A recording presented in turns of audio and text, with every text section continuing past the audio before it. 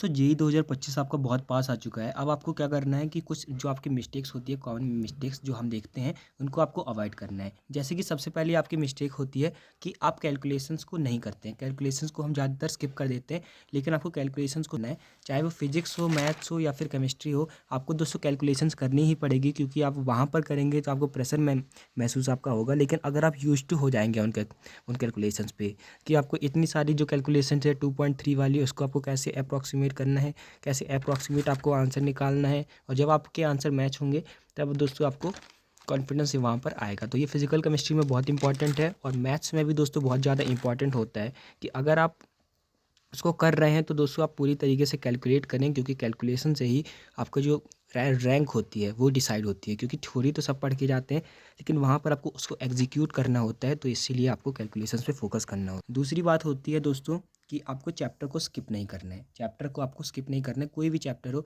उसको आपको स्किप करके नहीं जाना है, क्योंकि आपको देखने को मिलेगा कि जो खासकर केमिस्ट्री में जो आपकी फिजिकल केमिस्ट्री है सारी इंटरकनेक्टेड है। आपको थर्मोडायनेमिक्स, इक्विलिब्रियम, आयनिक इक्विलिब्रियम, इन सब से मिक्स करके आपके क्वेश्चन पूछे जाते हैं। तो अब आप अगर किसी को भी छोड़ देते हैं, आप कोई भी फॉर्मूला छोड़ देते हैं, तो फिर आपको उससे वहाँ पर इनकन्वीनियंस हो सकता है, वहाँ पर आपको वो क्वेश्चन नहीं बन सकता है। तो आपको हर चैप्टर करके जाना है, और फिजिक्स में भी, मैथ्स में भी।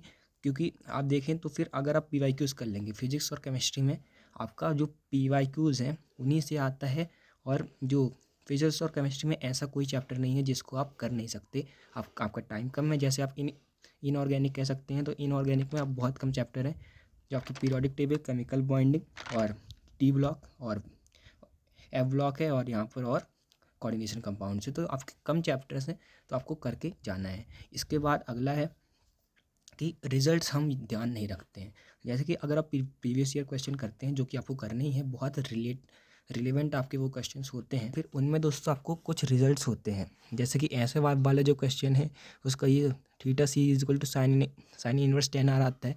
तो ये दोस्तों आपको लिख के रख लेना है। यहाँ पर जो आपका ये आपका लेंस वाला क्वेश्चन होता है वेव ऑप्टिक्स में, तो उसको लिख लेना है। एफ लैम्डा बाई वाई होता है, जो आपकी डिस्टेंस होती है वाई।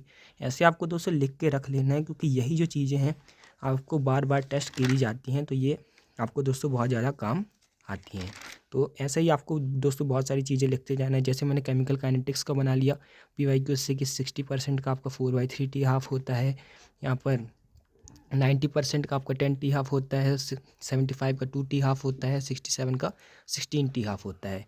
तो आपको क्या होता है, एडवांटेज मिलता है कि वहाँ पर कोई और आपको कैलकुलेट कर रहा है, लेकिन आप वहाँ पर डायरेक्ट ही अपनी जो नॉलेज है PYQs की, उससे आप उसको क्वेश्चन को क्रैक कर लें, ताकि आपके जो बाकी क्वेश्चन है उनके ऊपर ये फोकस कर पाएँ। तो आप इन चीज़ों का जरूर ध्यान रखिएगा, इससे आपको ज़रूर हेल्प मिलेगी।